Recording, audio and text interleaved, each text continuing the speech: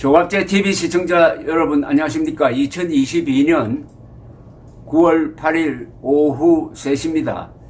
오늘 아침에 하태경 국민의힘 의원이 저에게 메시지를 보냈습니다. 메시지를 열어보니까 좀 웃음이 나왔습니다. 이런 글이었습니다. 오늘 아침 YTN 라디오 인터뷰에서 정진석 비대위원장 첫 조치로 윤 대통령 정치적 비판을 빌미로 한 당의 이준석 대표 추가 징계 방침 철회를 언급했습니다. 이 발언은 조갑제 대표 유튜브를 참고했음을 밝힙니다. 정치적 문제에 있어서도 지적 재산권을 존중하는 문화는 건강한 정치, 나아가 더 나은 자본주의 발전의 밑거름이 될 것입니다. 당신을 정치적으로 비판했다고 당에서 징계하는 건 윤 대통령 본인도 원치 않을 것입니다. 정치 발언을 이유로 징계하는 건 윤 대통령이 주창하는 최고의 가치인 표현의 자유에도 위배됩니다.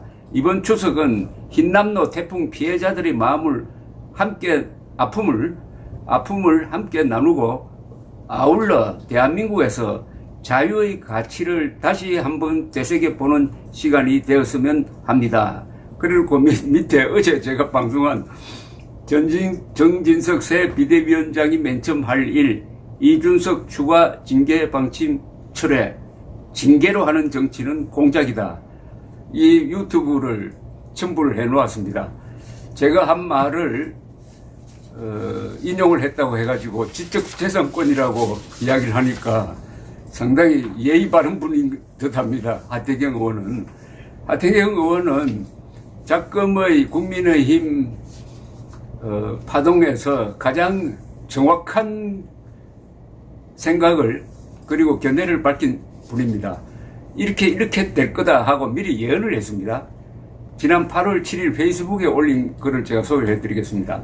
하태경 의원이 쓴 글입니다. 국민의힘 전국위원 여러분들께 대결과 파국의 비대위 당헌 개정안 부결시켜 주십시오. 현재 국민의힘은 뻔히 죽는데도 바다에 집단적으로 뛰어드는 레밍과 같은 정치를 하고 있습니다. 이준석 대표를 강제 해임시키는 당헌 개정안은 당이 파국으로 가는 길입니다. 이 개정안 통과 즉시 이 대표 측은 자신의 명예와 정치 생명을 지키기 위해 법원에 비대위 무효 소송을 할 수밖에 없습니다. 명예로운 퇴로를 열어주는 것도 아니고 강제 불명예 축출을 하는데 순순히 따라줄 정치인은 아무도 없습니다. 제 주변 전문가들 의견을 종합해 보면은 이 가처분 신청이 통과될 가능성은 반반이라고 합니다. 법원에서 판결이 나기 전까지 우리 당은 극심한 내용에 휩싸일 것입니다. 만약에 법원 판결로 비대위가 무효된다면 우리 당은 해산해야 할 정도의 위기에 빠져들게 됩니다. 정당의 운명을 정치인들이 결정 못하고 판사가 결정하는 한심한 정당이 될 수는 없습니다. 무엇이 죽는 길이고 무엇이 사는 길인지 명확합니다. 우리 당 운영이 전국위원 여러분들께 달렸습니다. 공멸과 파국의 당헌 개정안 부결시켜 주십시오. 당 지도부는 다시 총의를 모아 화합과 상생의 길을 가야 할 것입니다.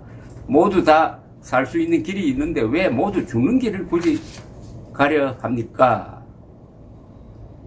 그런데 이 하태경 의원이 정확하게 얘기를 한 대로 파국의 길을 지금 현재는 가고 있습니다. 그나마 어제 새 비상대책위원장으로 아주 통이 큰 품성이 아주 좋다고 알려져 있는 정진석 국회 부의장을 비상대책위원장으로 선임한 것은 그나마 숨통을 터주는 것이 아닌가 하는 생각이 들어서 그래서 제가 어제 방송한 내용도 맨 처음 할 일은 지금 윤리위에서 이준석 당대표를 추가적으로 징계하겠다고 하는데 이거는 아마 제명까지 할 생각이 아닌가 생각이 듭니다. 그것도 무슨 새로운 혐의가 발견되어서가 아니라 의원총회에서 결의를 했습니다.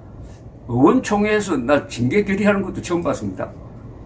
그것도 법원에서 가처분 신청이 인용된 다음에 아주 막 홧김에 무슨 짓을 한다는 식으로 홧김에 더 저질러 보자 이런 식으로 해가지고 추가 징계를 요구를 했는데 그 추가 징계 이유가 주로 이준석 대표가 뭐 양두구육이라든지 이런 표현을 써가지고 윤석열 대통령 명예를 훼손하고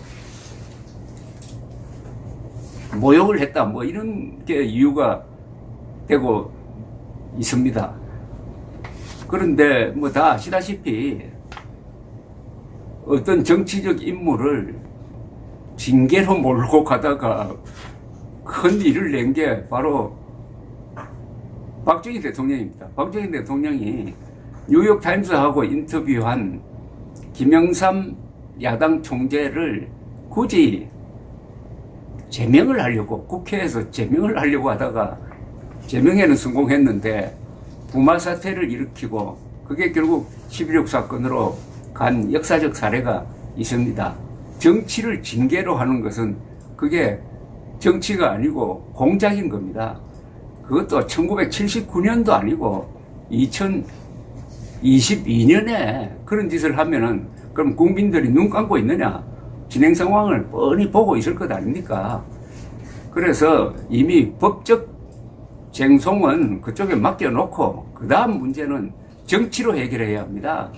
징계를 하기 시작을 하면은 그때부터는 막 가는 겁니다. 막 가는 건데 문제는 이준석이 혼자 몸이 아니란 사실입니다. 이준석이 대표하는 2030 세대가 확실하게 있습니다.